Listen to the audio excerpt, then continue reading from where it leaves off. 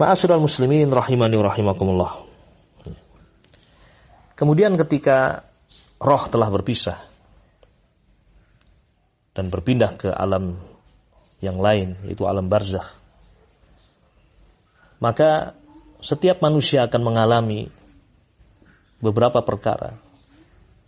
Di antara perkara itu, yang pertama dihadapi adalah fitnatul qabri, fitnah kubur. Dan ini akan kita bahas pada kesempatan kali ini insyaallah ta'ala. Setelah seorang menghadapi sakarat hingga berpisah antara roh dengan jasadnya, maka berikutnya dia akan menghadapi mauqif,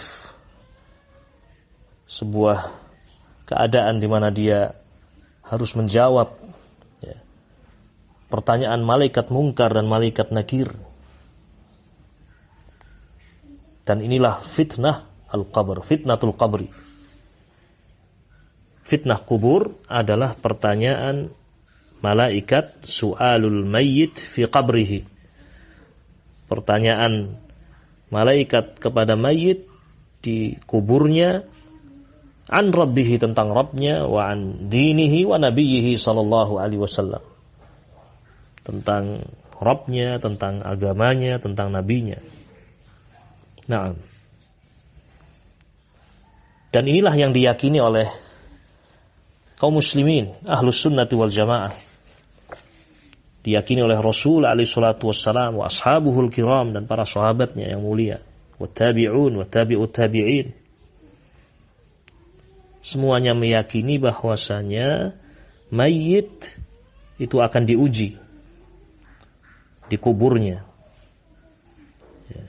diuji di kuburnya dengan pertanyaan-pertanyaan ini. Man rabbuka, siapa Rabbmu, wa madinuka, apa agamamu, wa man nabiyyuk, dan siapa nabimu. Dan dalil-dalil tentang fitnah kubur sangat banyak, baik dari Al-Quranul Karim atau sunnah Nabi alaihi salatu wassalam. Perlu kita ingatkan dan kita tegaskan kembali, ma'asyiral muslimin rahimani wa rahimakumullah, bahwasanya berbicara tentang hari akhir adalah berbicara tentang perkara yang gaib. Kita tidak tahu perkara yang gaib itu kecuali dengan dalil Alkitab was sunnah. Maka kita meyakini sebatas apa yang disebutkan di dalam Al-Quran, sebatas apa yang disebutkan di dalam sunnah Nabi alaihi salatu wassalam. Apa yang disebutkan kita imani, kita yakini, ya, itu yang menjadi landasan, dasar di dalam kita beriman kepada hari akhir. Termasuk masalah fitnatul qabri, fitnah kubur. Dalil-dalil menunjukkan adanya fitnah kubur. Di antaranya, ikhwatil kiram rahiman rahimakumullah, adalah firman Allah Subhanahu wa taala di dalam surah Ibrahim ayat yang ke-27.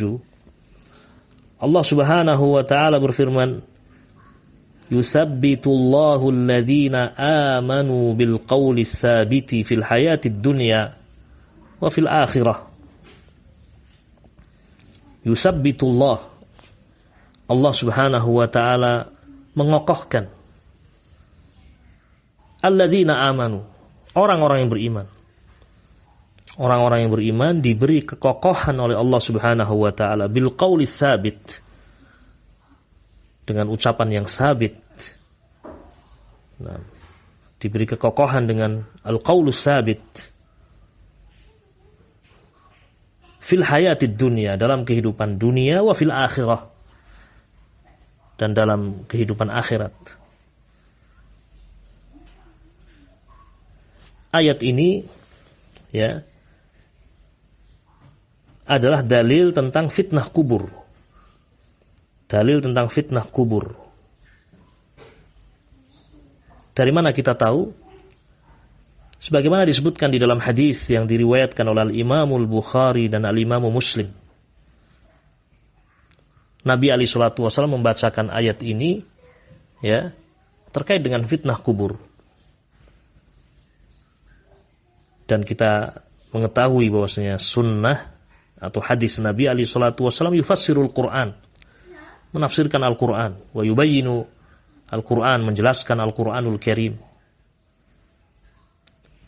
Nabi bersabda dalam hadis ini, dalam hadis yang diriwayatkan oleh Al-Imam Al-Bukhari dan Al-Imam Muslim, "Idza aq'ada al-mu'min fi qabrihi utiya fa yashhada an la ilaha illallah wa anna Muhammadar Rasulullah. Fadzalika qawluhu yusabbitu Allahu alladhina amanu bil qawli tsabiti fil hayatid dunya wa fil akhirah." Kata Rasul alaihi salatu wasallam yang maknanya kurang lebih, jika seorang mukmin didudukkan di kuburnya, berarti di alam barzakh. Ya. Taib. Orang yang beriman di alam barzakh dia akan bersaksi, yashhad an la ilaha illallah wa anna Muhammadar Rasulullah. Dimudahkan untuk mengucapkan kalimat ini, bersaksi bahwasanya Allah Subhanahu wa taala Rabbnya adalah satu-satunya ilah yang berhak untuk diibadahi. Tidak ada selain Allah yang berhak untuk diibadahi. Dan juga bersaksi bahwasanya Muhammad sallallahu alaihi wasallam adalah Rasulullah. Di alam barzakh dia bersaksi dengan kalimat ini, la ilaha illallah wa anna Muhammadar Rasulullah. Sebagaimana di dunia juga Allah Jalla wa Ala memudahkan untuk dia mengucapkan kalimat ini. Al-qaulus sabit. Sebagaimana di dunia Allah kokohkan dia untuk mengucapkan la ilaha illallah Muhammad Rasulullah.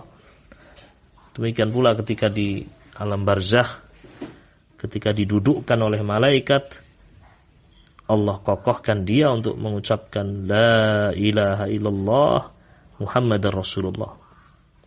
Kemudian Nabi membaca ayat ini, ayat dalam surah Ibrahim. Yusabbitullahu alladhina amanu bil qawli tsabiti fil hayatid dunya wa fil akhirah. Ya. Ini dalil bahwasanya di alam barzakh nanti ya, manusia akan difitnah, diuji. Dan orang-orang yang beriman akan dikokohkan oleh Allah Subhanahu wa taala. Ya. Sebagaimana di dunia dia berusaha untuk menjaga dirinya, menjaga agar kalimat la ilaha illallah, tidak ada ilah yang berhak untuk diibadahi illallah kecuali Allah, dia jaga dengan terus dia mentauhidkan Allah, meninggalkan asyirik billah azza wa jal, berdoa untuk Allah, sujud untuk Allah, menyembelih hanya untuk Allah, beristi'anah, minta perlindungan hanya kepada Allah, isti'adah, minta perlindungan hanya kepada Allah. Semua ibadah untuk Allah.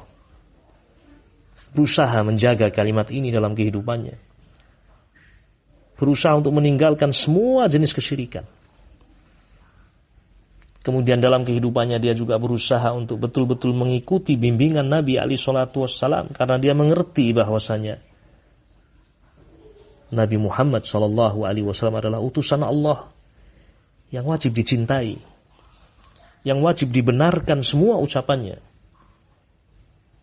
yang wajib ditaati perintah-perintahnya, dan wajib ditinggalkan apa yang beliau larang. Berusaha untuk kokoh di atas dua kalimat ini, asyhadu an la ilaha illallah wa asyhadu anna Muhammadar Rasulullah.